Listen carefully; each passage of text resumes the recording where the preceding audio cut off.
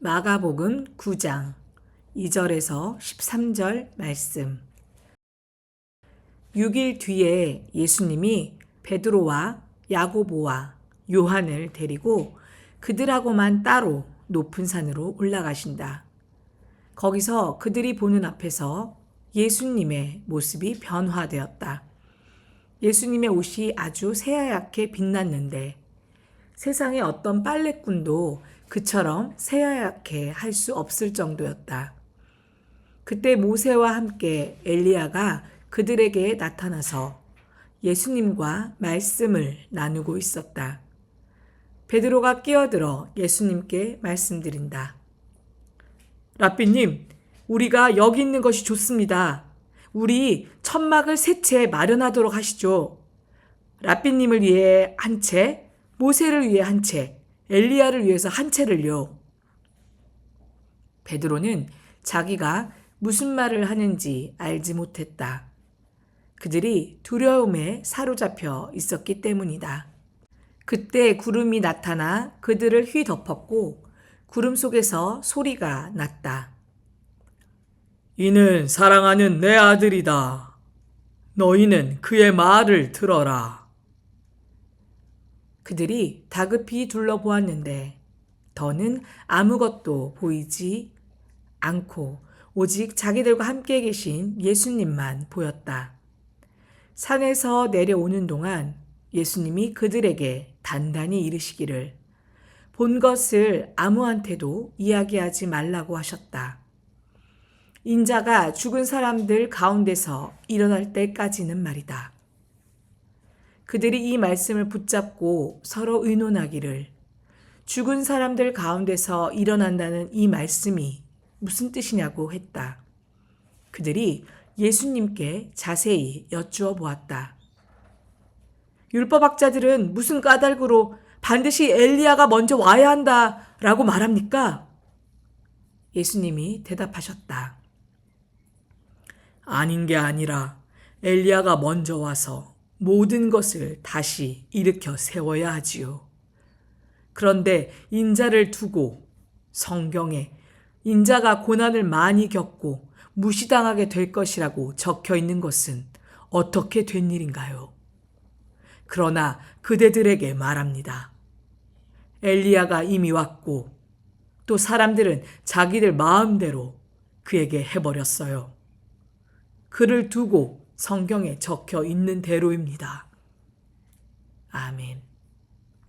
샬롬, 좋은 아침입니다. 오늘도 역사와 맥락으로 성경을 읽고 묵상하면서 하나님의 뜻 가운데로 나아가는 우리 서로님들을 축복합니다.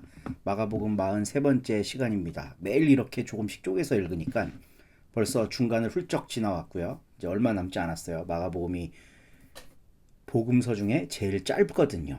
마가복음 끝나고 나면 다음에 또 뭐 할지 한번 같이 고민해 보면 좋겠습니다.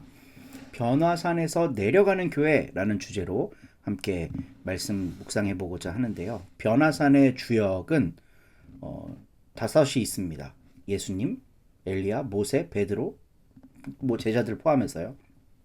그리고 바로 하나님. 변화산에 올라가셔서 예수님이 하얗게 변신합니다. 성경이 참 재밌어요. 어떤 세탁기도 아무리 열심히 빨래를 해도 그렇게 하얗게 될 수는 없을 정도로 예수가 하얗게 변하십니다. 이야, 제자들이 그걸 보고 깜짝 놀라죠. 근데 그뿐만이 아니라 엘리야와 모세가 내려와 갖고 예수님과 대화를 해요.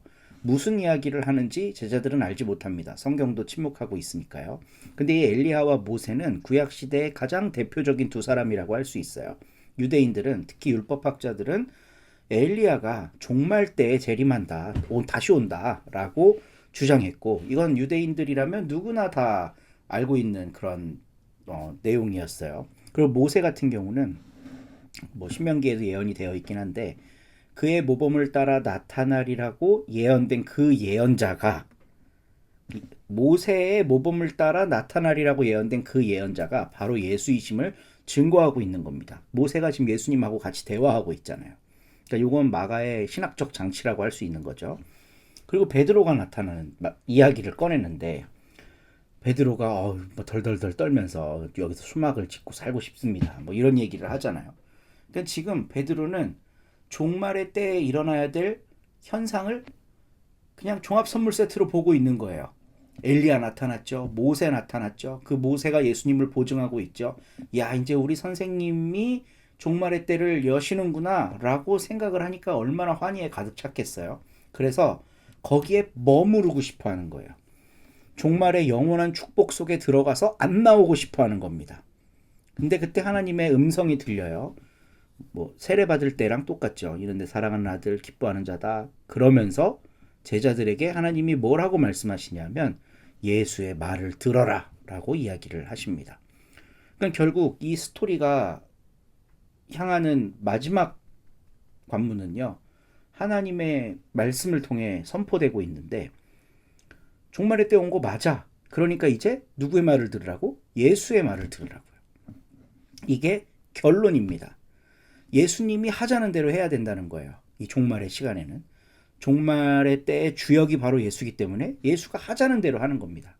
근데 우리 바로 앞전에 베드로가 신앙 고백 멋지게 해놓고 예수님이 고난받는다니까 그렇게 할 수는 없습니다 하고 반대했던 장면 나온 거 기억하시죠? 그러니까 예수님이 이 사탄아 물러가라 이런단 말이에요.